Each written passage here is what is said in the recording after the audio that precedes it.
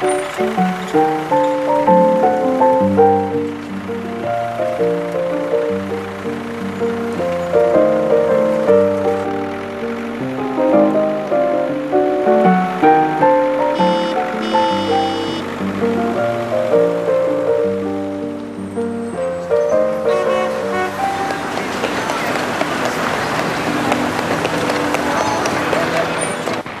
смотри, Ириночка, смотри.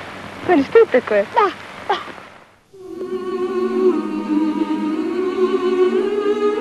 Казань, год 1906. В семье Сергея Даниловича и Надежды Семеновны Ключаревых 19 февраля родился сын Александр.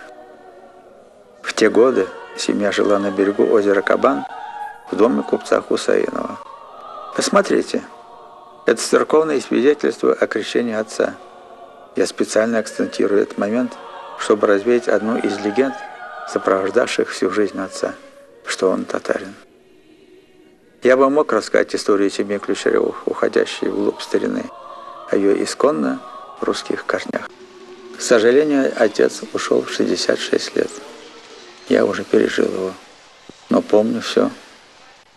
Абсолютное большинство его мелодий рождались при мне. Вернее, я слышал, как рождалась музыка, как порой сложно и мучительно она превращалась в музыку Ключаревых.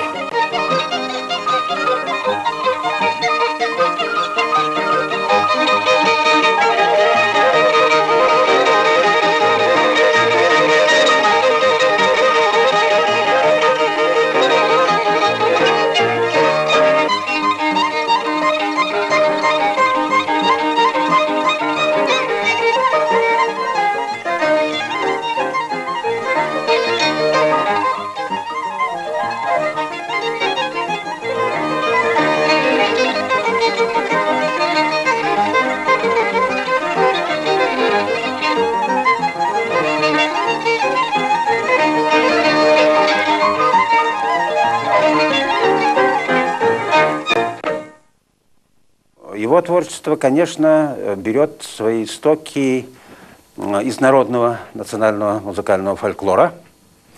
Он был прекрасным знатоком, и вот поэтому, пожалуй, и он больше, чем кто угодно из других композиторов, был прекрасным знатоком, интерпретатором национальной традиции татарской. Вот это одна ветвь, или я сказал бы основа, и другая основа – это мировая культура, я бы сказал, даже классическая.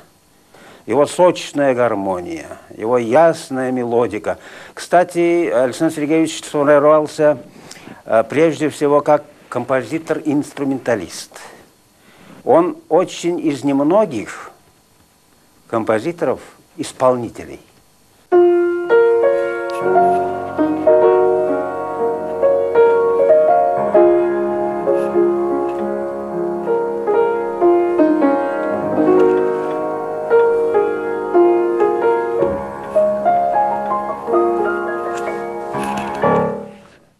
Я помню, как к нам во двор приехал огромный американский Студебеккер и увез отца по Татарстану.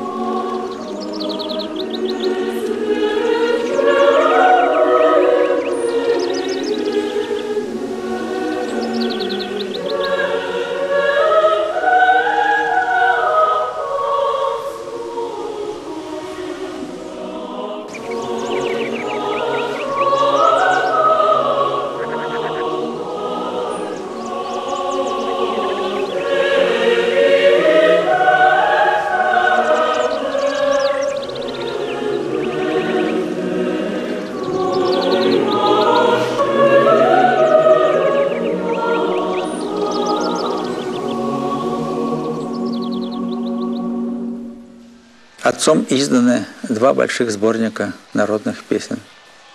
Конечно, никто фольклор лучше отца не знал. Разве что Загит Валерьевич Хабибуллин.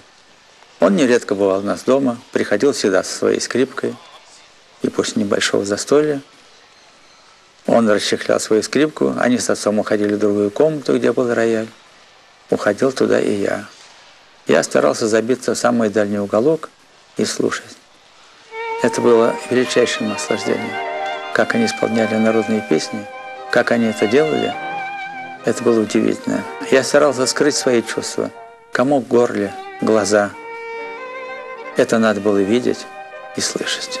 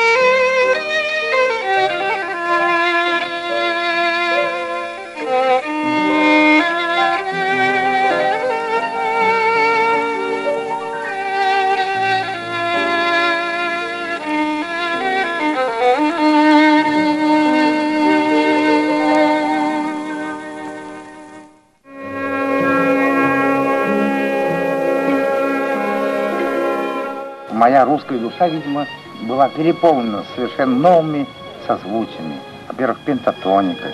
Во-вторых, удивительный такой склад песенный, такой конкретный. Я считаю татарскую музыку самой конкретной музыкой из всех национальных музык. Настолько благородная, простое и душевное. И вот после этого я был в Башкирии, я слышал замечательные такие шедевры, витиеватые шедевры башкирской музыки. Там импровизационный стиль. А у татар законченность, лаконичность. Это прекрасная душевность этой мелодии. Все это только казалось мне совершенно каким-то чудесным миром. Как для Колумба была Америка, для меня это была татарская музыка.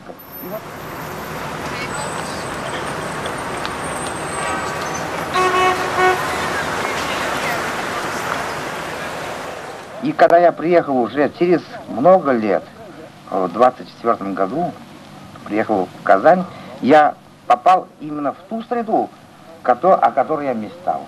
У меня были друзья только татары.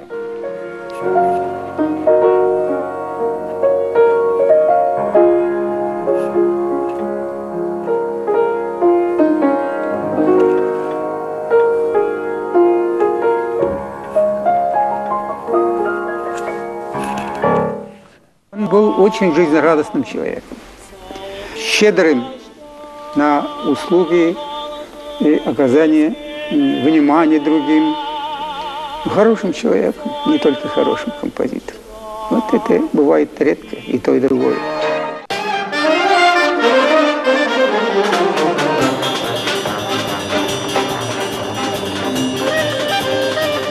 Александр Сергеевич в судьбе нашего оркестра и моя личность сыграл ключевую роль.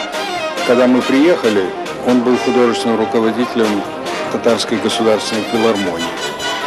И после постановления об опере «Мурадели», когда решили, что джаз народу не нужен, по-моему, Александр Сергеевич был единственный человек, который понимал, что джаз народу нужен, и что Казань действительно получила такой оркестр, который свалился как будто с неба на Казань. И он сделал все, чтобы этот оркестр не распался и продолжал существовать по-человечески. Мы как-то очень с ним быстро сошлись, потому что у нас одинаковые взгляды были на музыку и на легкую, и на серьезную. Все оценки, как говорится, музыкальные вкусы у нас очень совпадали.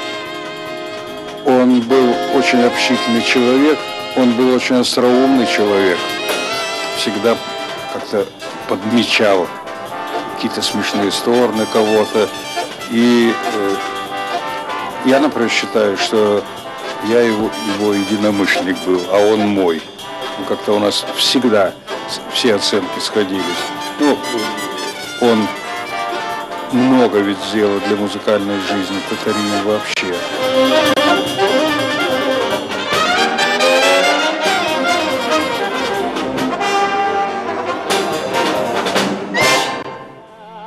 Его знали все дворовые собаки, коты. Он понимал, любил природу. Он мечтал написать концерт для фортепиано с оркестром. Не успел.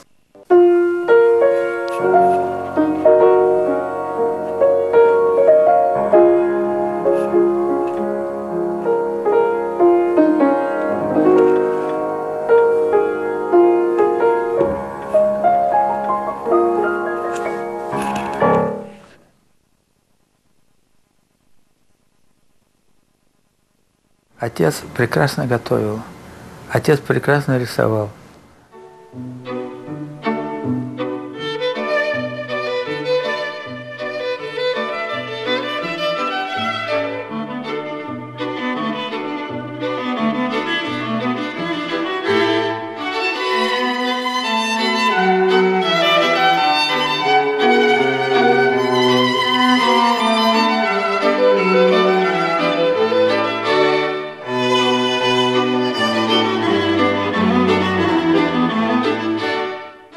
Он необыкновенно любил природу.